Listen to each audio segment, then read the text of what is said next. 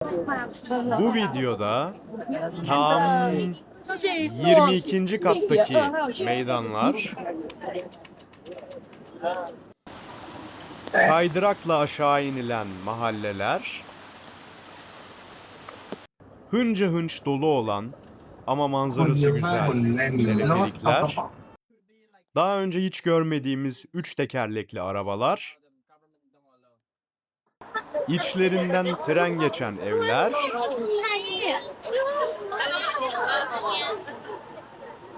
ve yılbaşına özel drone show var.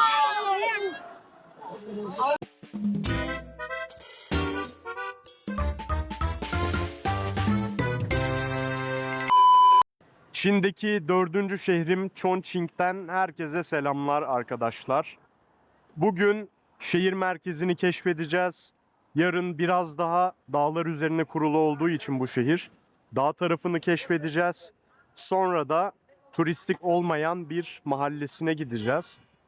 Burası gerçekten enteresan bir şehir. Yangtze Nehri ile Jialing Nehri'nin kesiştiği nokta burası. Şehir hakkında birazcık bilgi verecek olursam, İkinci Dünya Savaşı döneminde başkenti buraya çekiyorlar. Sonra tabii ki çok fazla bombardımana maruz kalıyor, çok hasar görüyor şehir. 1949'da da Çin Halk Cumhuriyeti'nin kurulmasından sonra hızla gelişimine başlıyor.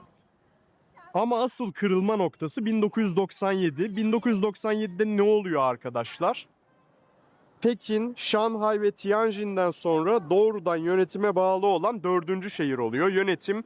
Merkezi yönetim el koyuyor. Diyor ki biz bu şehrin fedakarlıklarını görüyoruz ve buna göre hareket etmek, buna göre politikalar belirlemek istiyoruz diyorlar.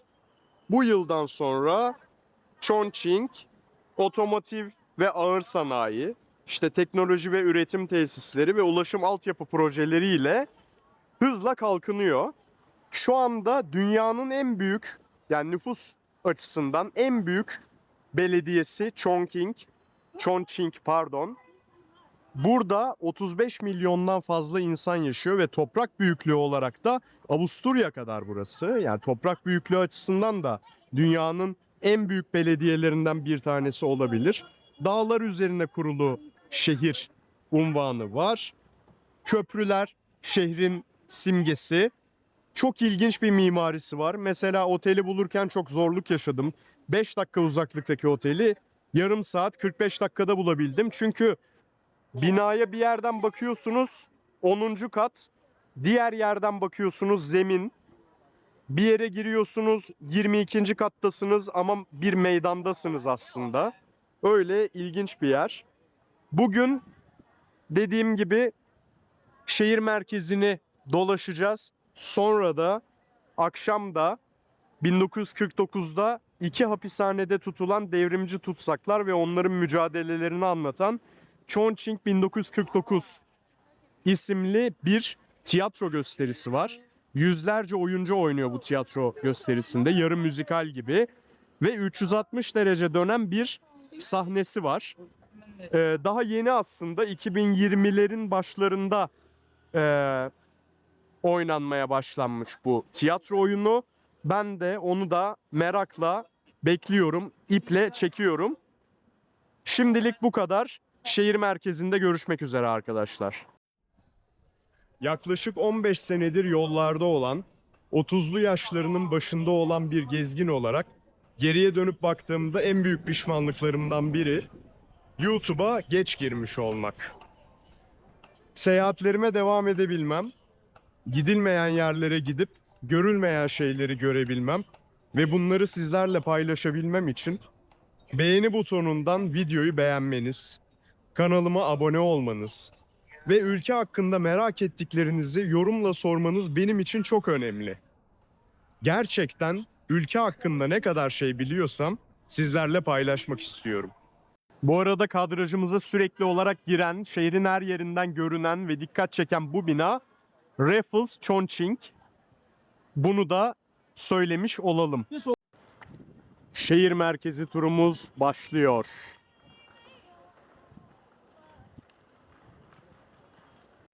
Bu gördüğümüz özgürlük anıtı arkadaşlar.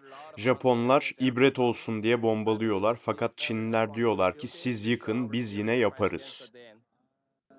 Chongqing etkisi yavaş yavaş kendini hissettirmeye başlıyor arkadaşlar. Tipik bir Chongqing manzarası. Burası sıradan bir meydan gibi görünebilir ama bir özelliği var. Birazdan o özelliği birlikte göreceğiz ve birlikte şaşıracağız bence. Çünkü burası normal bir meydan olarak görünebilir. Bildiğiniz Taksim Meydanı gibi ama burası 22. katta arkadaşlar. 22. katta bir meydan düşünün.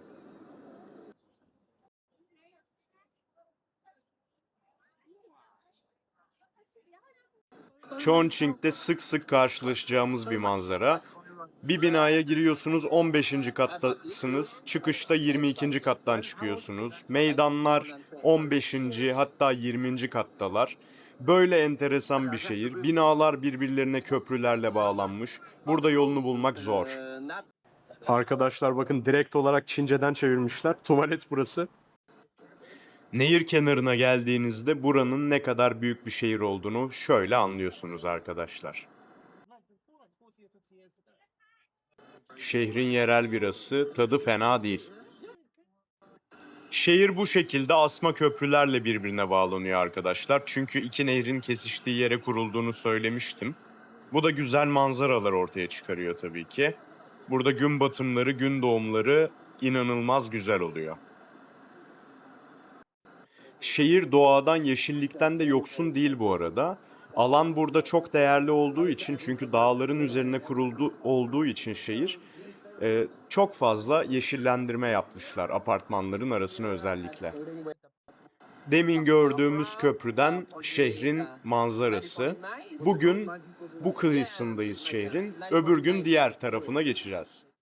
Çevresi zamanla binalarla çevrilmiş ve şehrin ortasında kalmış, normalde dışında olan bir Budist tapınağına geldik. Güzel bir yapı gerçekten. İnsanlar burada ibadetlerini gerçekleştiriyorlar. Manzarası çok güzel. Tabi bir yandan da gökdelenlerle çevrili olduğunu görebiliyoruz. Şehrin tam ortasında kalmış bu yapı yine görülecek yerler listesinde. Mutlaka gelin.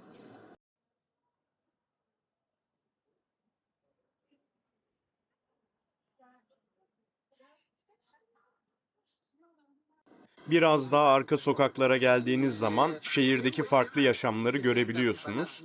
Bu sokakta buna bir örnek. Şu anda Çin'den bir şey sipariş veriyorsanız bu büyük oranda Chongqing merkezli firmaların elinden çıkıyormuş. Bunu da öğrendim.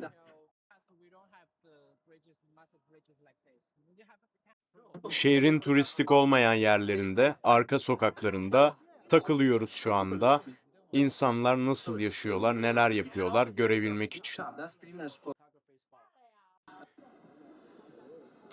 Mahalleyi görüyorsunuz arkadaşlar. Kat kat, dip dibe. İlginç bir yapı gerçekten. Buraya insanlar da gelip tabii ki fotoğraf çekiliyorlar. Çünkü ilginç bir mimarisi var. Şehirde yaka değiştirmenin yollarından bir tanesi de bu tramvay. Ama duyduğuma göre çok kalabalık oluyormuş. Ya sabah erken saatlerde yola çıkmanız gerekiyormuş ya da dip dibe gidiliyor gördüğünüz gibi. Bu ilginç geldi arkadaşlar. Size göstereyim. Çok fazla hamal görüyorsunuz şehirde ve bu şekilde taşıyorlar eşyaları. Burası şehrin eski bölgelerinden bir tanesi fakat restore ediliyor ve bu şekilde kafe, bar, restoran gibi tesisler açılıyor burada. Direkt hotpot'a atmalık karışım satıyorlar arkadaşlar. Buranın hotpot'u ünlü. Birazcık gezelim bakalım. Çeşit çeşit. Ama tabii bunları Almanya'ya götürmem çok zor olur. Yolda erir merir. Sonra Almanya'daki gümrük bizi hotpot etmesin. Burada şeyleri de var bu arada. Uçağa almalık. Bak bunlardan alabilirim. Şimdi Chongqing 1949 adlı bir müzikale geldik arkadaşlar. Sırf bu müzikal için yapılmış bu devasa bina 1949'da şehirdeki devrimcilerin direnişini anlatıyor. Etkileyici olduğu söyleniyor. Bakacağız, göreceğiz. Girişte de böyle bir hediyelik eşya dükkanı var. Magnetler. Tabii ki çay, kahve, araç gereçleri, çantalar. Anlayamadığım şey, her şey çok pahalı fakat bu fincanlar 1 euro bile değil. Aldım valla bir tane. Çok güzel. Ayrıca sizi şaşırtmayacaktır. Dondurmaları da var. Dondurmaları göstereceğim. Biletimi göstereyim. Bilet de gayet böyle güzel. At yılına hazırlıklar da başlamış arkadaşlar burada da.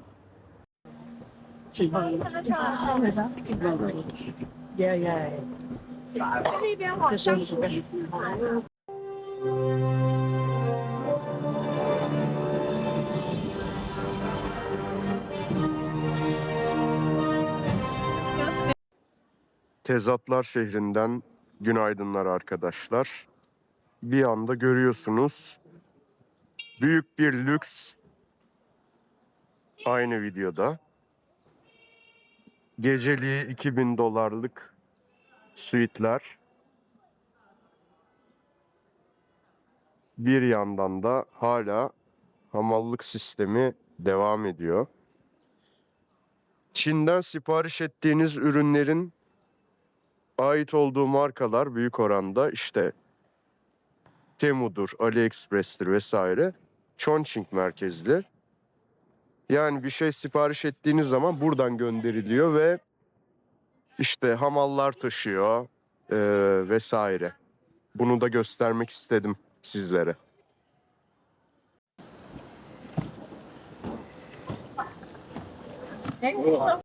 Buraya Çin Yeni Yılı'nda gelmek kim bilir ne güzel olur arkadaşlar. Bakar mısınız? Muhtemelen çok kalabalık olur. Yerli turistlerle dolar taşar. Ama çok da iyi bir tecrübe olur, buna eminim. Burası da en ünlü alışveriş caddelerinden birisi. Jiabanfei. Yanlış hatırlamıyorsam ismi. Bu modern bina Chongqing Sanat Müzesi'ymiş arkadaşlar. Vaktim olur mu bilmiyorum ama merak uyandıran bir bina. Güzel yapmışlar. Bugün şehrin daha da arka taraflarına gidiyoruz. Heyecanlıyız, bakalım neler göreceğiz. Buralar dünkü yerlerden o kadar sakin ki arkadaşlar, bakar mısınız? Tabii bina yapıları, şehirleşme yine aynı burada. Ama düne göre daha sessiz, daha kendi halinde bir mahalle olduğunu söyleyebilirim. Daha güzel yerlerde göreceğimizi düşünüyorum. Bakalım nerelere gideceğiz. Gördüğünüz gibi köprülerle bağlanıyor. Evler birbirine. Böyle bir şehirleşme var burada. Buraya erik şarabı içmeye geldik. Gerçekten çok sert arkadaşlar. Direkt çarpıyor. Bir bardakla sarhoş eder sizi yani, emin olun. Hava yağmurlu bugün. Daha iyi, daha az insan var. Bu yüzden biz de şehrin tadını daha rahat şekilde çıkarabiliyoruz. Şehri daha güzel keşfedebiliyoruz. Ne kadar orijinal yerler değil mi arkadaşlar? Yani böyle bir spor alanının karşımıza çıkacağını hiç düşünmedik. Bize de sürpriz oldu. 3 tekerli bir araç. Gerçekten ilk defa görüyorum hayatımda. Bu mahallede sadece yaşlılar yaşıyormuş. Bu yüzden ses ölçer var burada. Yaşadığınız mahalleden şehre kaydırakla inmek istiyorsanız doğru adrestesiniz. Chongqing'de bu da mümkün. Portekiz, Brezilya esintileri, Rio'dan alışkın olduğumuz desenler, merdivenler de burada. Bunu görmek de güzel. Çin'de kaligrafi dersi zorunluymuş arkadaşlar. Burası da Chongqing'deki en büyük kaligrafi marketi. Bir pasaj var. Sadece kaligrafi ile alakalı ürünler satılıyor burada.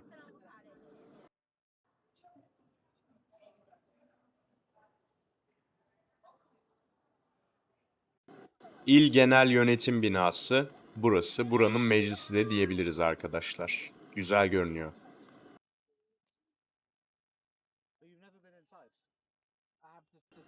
Metrolar bu vaziyette arkadaşlar. Hava bozuk olduğu için insanlar burada kart oynuyorlar, mahjong oynuyorlar. Burayı da yine bir yaşam alanına çevirmişler. Keyiflerine bakıyorlar. Benim bayağı hoşuma gitti bu olay. Türkiye'de ya da Almanya'da neden yok acaba? Şimdi buradan birazdan tren geçecek arkadaşlar. Bu Instagram'da, YouTube'da gördüğünüz evin içinden geçen tren burası. Evet, şu anda çıktı yola. Manyetik tren. Şimdi de geliyor bakın. Daha yeni netleyebildi ama olsun. Gördünüz.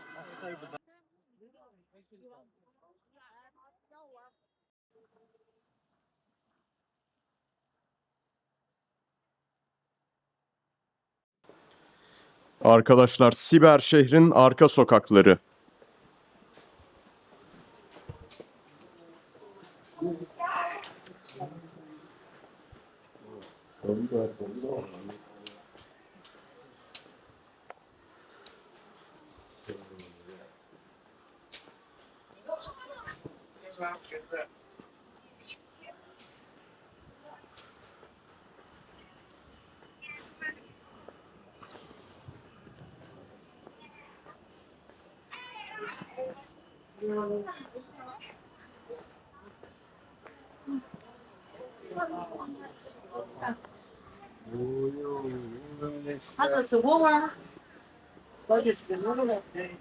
Şöyle bir ilginç bilgi daha verdi. Böyle boyutu büyük olan arabalar, işte çöp toplama kamyonudur vesaire ya da işte inşaat makineleridir. Tam sigortaya sahipmiş ve birine çarpsa ve o kişiyi öldürse bile herhangi bir şekilde ceza almıyormuş. O yüzden turist olarak geldiğinizde bile uzak durun dedi. Konu yine ehliyetten açılmışken burada işte ehliyetini dönüştürmek isteyen biri olmuş. Ona yardım etmiş. Dün birlikte gezdiğimiz rehber. Çince bir isme sahip olmanız gerekiyormuş. İsminiz Çince'ye tercüme ediliyor. Ve isminizi ehliyeti alırken Çince yazmanız gerekiyor. Almanya'dan gelmiş bu kişi ve ismini yazmak yarım saat sürmüş. Bu da böyle bir bilgiydi. Şimdi 1000 yıldan fazla geçmişe sahip olan bir Tao tapınağına geldik. Mountain City denen bir semtteyiz şu anda. Nehrin karşı tarafına geçtik. Burası daha da el değmemiş.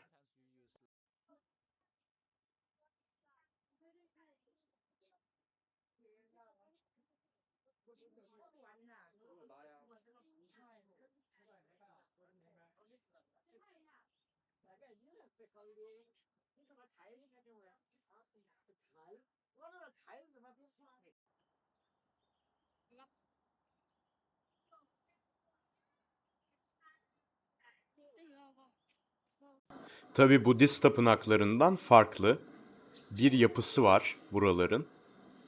Ama adaklar ve yine temel unsurlar aynı. Farklı olan şeylerden bir tanesi de mumlar. Baksanıza çok daha farklı. Etkileyici bir atmosferi var. Chongqing'de 2 gün geçirdiyseniz 3. gün buralara gelebilirsiniz. Bu yüzden Chongqing'de en az 3 gün geçirmenizi tavsiye ediyorum arkadaşlar. Hong Kong deseler inanırsınız. Gerçekten ben de inanırım. Fakat burası Chongqing. Filmlerden çıkmış gibi burası. Gerçekten çok etkileyici. Hem şehri tepeden görüyor hem de böyle güzel bir tapınak. İşlemeleri de ilgi çekici ve etkileyici.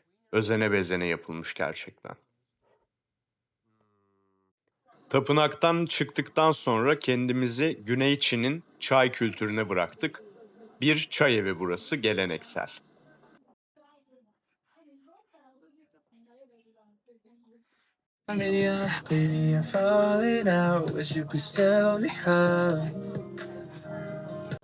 Hiç öyle görünmüyor ama burada bir üniversite kampüsü varmış Eskişehir bölgesinde. Bu yüzden valizleriyle birçok insanı görebilirsiniz. Tatil için ailelerinin yanına gidiyorlar. Burası da hamile kalmaya yardım eden bir klinikmiş arkadaşlar. İlginç yöntemleri var. Ayrıca ağrıyı da hafiflettiklerini iddia ediyorlar. İçeride neler döndüğünü merak ettim gerçekten. Etli pankek yeme zamanı. Gerçekten tatları muazzam. Ben ikinciyi söyledim. Onu bekliyorum. Abimiz de işinin ehli. Tam bakar mısınız? Şimdi şehirdeki Asma Köprü'nün hemen yanı başına geldik. Böyle bir ortam var. Eskişehir'i restore etmişler. Kafeler, hediyelik eşya dükkanları, restoranlar ve şu anda da canlı müzik performansı da var. Artık yılbaşı kutlamaları için de hazırlıklar tamam. Çin'de yılbaşı farklı olsa bile normal yılbaşında yine kutluyor Çinliler.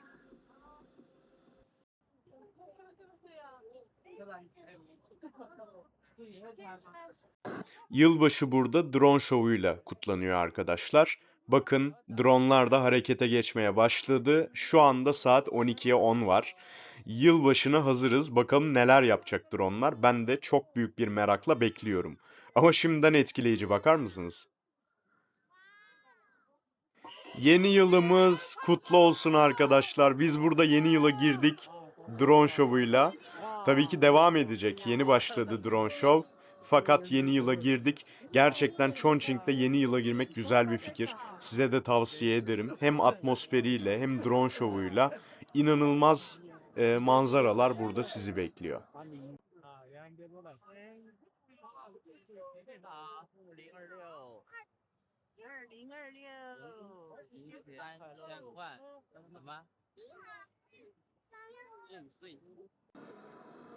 Çok güzel arkadaşlar. Yani bu arada kutlamalar için dronları böyle harekete geçiren başka bir şey söz konusu olduğu zaman neler yapar siz düşünün.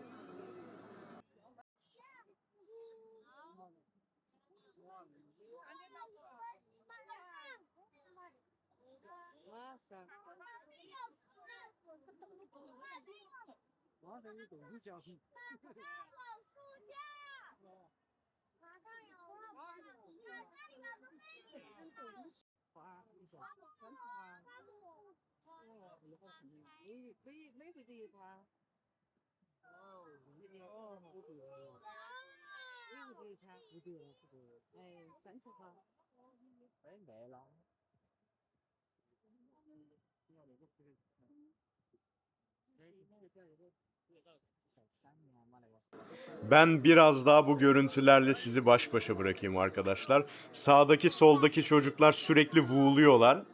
Kulağınızı tırmalıyorsa sizden özür dilerim. Fakat bunu engelleyebilecek bir mikrofon henüz icat edilmedi. Gerçekten çok heyecanlanıyorlar onlar. Ben de utanmasam ben de vuu diye bağıracağım yani. O kıvamdayım şu anda. Arkadaşlar dronlar gidiyor maalesef. Ama yeni bir yıl başlıyor. Hepinize öncelikli olarak sağlıklı. Sağlık olduktan sonra her şey düzelir, güzel olur. Sağlıklı, mutlu yıllar diliyorum. Kanala abone olmayı, videoyu beğenmeyi, yorum yapmayı lütfen unutmayın. Daha fazla video için, daha fazla seyahat için. Kendinize çok iyi bakın. Chongqing'den selamlar, sevgiler, saygılar.